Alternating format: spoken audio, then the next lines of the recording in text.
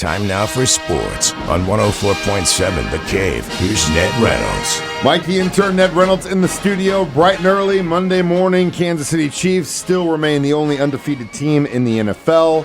Crazy finish to that game, sir. Playing with fire, though. Oh, I've been calling it all season. They play down to an opponent, and it's going to burn you. Eventually, you're going to get burned. Yep. And now the key is for the Chiefs that they know fully well this can't continue. The ratio says that it can't, but do they have home field locked up before it does happen? That's the whole crisis situation. At Kansas City yesterday, that was a very well played game, and the defense is what won it for them. You take a look at that box score, and the Chiefs shut out the Denver Broncos in the second half. Denver did not score, and that was a brilliant defensive game on the part of Spagnuolo and his ball club. The block, that's not coaching, that's muscle memory, folks, and Leo Chenal had that down to a science. He was able to, I love to, you watch him in slow motion, he gives just a huge shove to his blocker out of the way and then shoots the gap and dives in front of him all in a split second.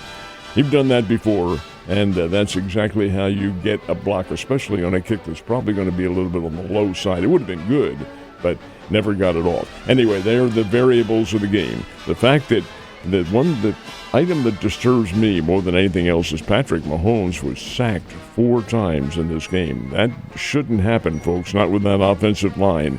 So I'm wondering a little bit of whether or not they were sluggish because of the game, the short period of time they had to play the game after an overtime game on a Monday, or whether or not this is a sign that you may not be mentally acute.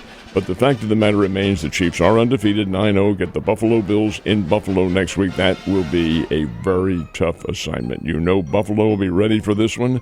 The Bills are good, but the season goes on, it'll continue, and Kansas City is better than halfway home now with a 9-0 record. The idea, let's go back to that block kick. Leo Chenal, just if you're not familiar with playing the sport of football, what he had to do in that play was not only give that man enough force to blow him back, but also still, after exerting all that force, still have enough energy to then jump and stretch his entire body all in one motion. Yeah, and it has to happen within fractions of a second. When you've done that many times and practiced that, it's muscle memory, and you know what to do. You didn't even think about it. That's just what you do. It's like a spring. Boom. And yes, I agree with what you said. It's Murphy's Law. We keep playing down to the opponent.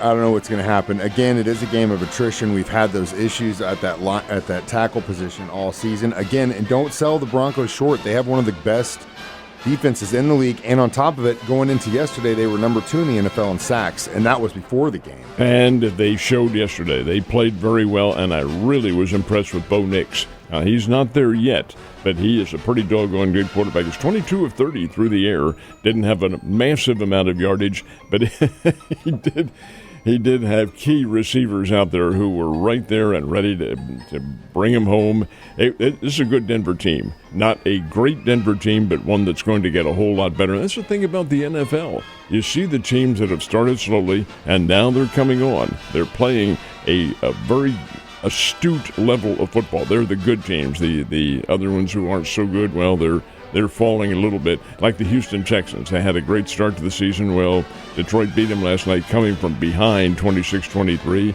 Same with the Washington Commanders. I think they're a very good team, and sparked by a good quarterback, Jaden Daniels, but yet Pittsburgh got them, 28-27 in Washington. So, again, you take a look at this, but the one constant is the Chiefs, and they are playing such stellar defense. However, one factor of the game doesn't win for you. You have to have everything clicking, and that offense needs to get a little jolt of some dynamite or whatever it is you put behind. They're going to have to show something in Buffalo next weekend because they ain't going to let that slide at all.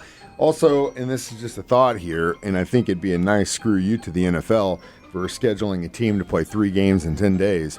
If mathematically possible that we clinch the playoffs, which I think we could if we went out by, let's say, the Raiders game in the last game of November or early December with the Chargers, I think they sit them at least 1 or 2 of those games with the three run in 10 days and just tell the NFL, screw you, no ratings for you now. Thanks for scheduling 3 games in 10 days, buds.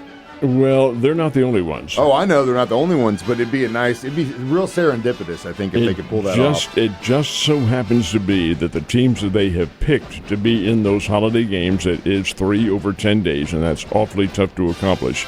It just happens to be the TV schedule, the way they've worked it out. I don't think it's done purposely with one or the other, although there's room for debate on that. Still, the players are professionals, and they're going to play them.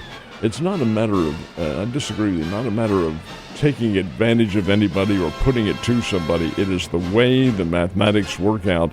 And again, they're not the only ones who have to go through this. There are other teams that have the 3 in 10 days, and it's a tough way to go. My objection is the number of games that they are playing. All teams, not just the Chiefs, all teams. That's way too many. 17 and maybe 18 in the future. Who knows? That's entirely too many. The human body can only accept so much. These guys are playing tough now. And the fact of the matter remains that you can't take that kind of physical punishment on a regular basis. I say shorten the season, maybe increase the money if the owners complain about taking away from their revenue, but you've got to do something because it is too long. If they go to 18, they're going to have to give an additional bye week. There's just going to have to. That's what it'll be. It has to be. There's just no.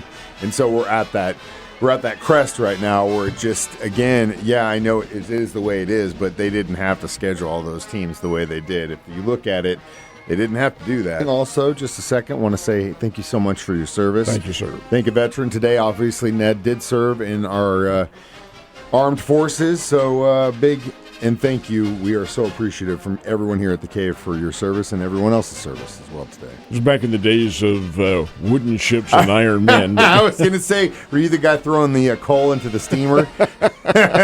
Might as well have been. That's what Ned's service log was. We kid, obviously. He was Corpsman and dealing with the bumps and bruises and probably a lot more stuff than you and I would ever want to see on another individual. You don't, in all honesty, and this has been 60-some years ago, but you do not want to see some of the wounds of those guys from Vietnam. It was horrendous, some of the surgical repairs we had to do. It was, God bless. Only you just don't want to be a part of that. Yeah, I definitely understand that, and thank God I didn't have to be part of that. But thank you for doing what you did and your service, sir. All right. On that note, tell me you had a good weekend. I haven't seen your pockets. Are they filled with chocolate chips yet or what? Chocolate chips have gone awry. I've lost so much early in the season, I said, you know what, we better turn this into vanilla or something. He actually considered voting no for just a second because he didn't want to lose any more money. It was a quarter of a second. Fortunately, it's not legal yet, but it will be next year. Yes. Anyway, the Associated Press, which is the paragon of college football rankings other than the real thing, has Oregon first, Ohio State, Texas, Penn State, and number 5 is Indiana, which is the big story of the year. Alabama, number 9. Now remember, this is an Alabama team that lost to Vanderbilt. They've just unloaded on LSU Saturday night. Ole Miss beat Georgia. Ole Miss is 10th. And these are the Associated Press rankings. The Georgia Bulldogs are 11, and Miami, which lost to Georgia Tech, drops to 12. Mizzou is number 24 after their hair-raising win over Oklahoma and the wild finish up in Columbia on Saturday night. Okay, here's the deal. They are the Associated Press. The real rankings come out tomorrow night. This will be week 2 now for the college championship rankings. I suspect Oregon will continue to be number 1.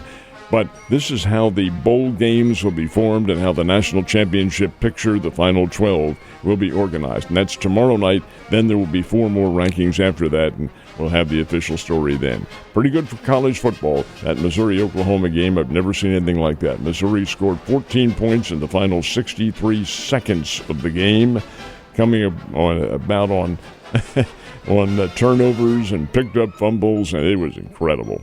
Beat Oklahoma by a score of 30-23. Some crazy games this weekend. My Wildcats are idle, but I got to see some really good ones nonetheless. They were especially good that games. Tigers game for sure. Did you watch race yesterday? What happened? I did, and this is a really comeback story. Interestingly enough, what is it that rises from the ashes? The Phoenix. And where was the race held? Phoenix. And who rose from the veritable ashes? Joey Logano. Here's a guy who 3 weeks ago at Charlotte was eliminated from contention. He's knocked out. Didn't finish very well in the race and didn't have enough points to continue racing, of course, but wouldn't be eligible for the championship. But wait, a car was disqualified, and Logano was reinstated into the field, comes back, and wins the Phoenix race yesterday and wins the NASCAR championship for a third time. This is just a magic story for Joey Logano, 34-year-old, had been around for a number of years now, and he had won 2 previous NASCAR point titles, but he wins this one, and he does it in the championship race, the final race, in which the first 2 drivers of the final 3 were contending drivers. Now, all the drivers competed, but that brings to an end the NASCAR season, and that'll continue right up until the Daytona 500 or the, what do they call it, the Busch Blast or whatever it is that they have out in Los Angeles and out at the Coliseum. That'll be the first of the major events, and that's next year. So the Missouri State Bears remaining with an incredible season. Just blew out Murray State. Now they've got 2 games left that really are going to be tough, but we'll see what kind of team we've got after these 2. Bears had almost 600 yards in offense against a Murray State team that really isn't very good at all, folks. They'd only won 1 game, still have only won 1 game. 59-31, the Bears win. Murray State getting 31 points. Well, that was the kind of game it was. Now the Bears get 600 yards in offense against North Dakota State next Saturday in Fargo. That will be a headline story. These are the 2 final games that the Bears will ever play in the Missouri Valley Conference. North Dakota State on the road Saturday. South Dakota State. First of all, North Dakota State's 9-time former champions. South Dakota State is the 2-time reigning champions. They come here to Springfield on November 23rd to finish out the season and say so long to the Bears in the Valley. That's when the Bears go to Conference USA. Terrific output. And Jacob Clark, almost 500 yards passing. I mean, this is storybook stuff. But what do they do against these 2 colossus with whom they end the season? The Lady Bears, they won their game yesterday, 63-61 over Tulsa, over the Great Southern Bank Arena. Conso Martin's Bears play tonight versus Missouri Southern State. Now, Missouri Southern's a Division II school out of the MIAA, but this game does count. They have one that counts and one that doesn't count. Well, the game with the Lions tonight will count starting at 7 o'clock. The Lady Panthers had a game with nationally ranked Ferris State out of Michigan, and Ferris State came to town and won 81-77 at the O'Reilly Gym. Still, that's a pretty good showing by the Lady Panthers. A really good level of opposition. Ned, have a wonderful day, and I will see you tomorrow.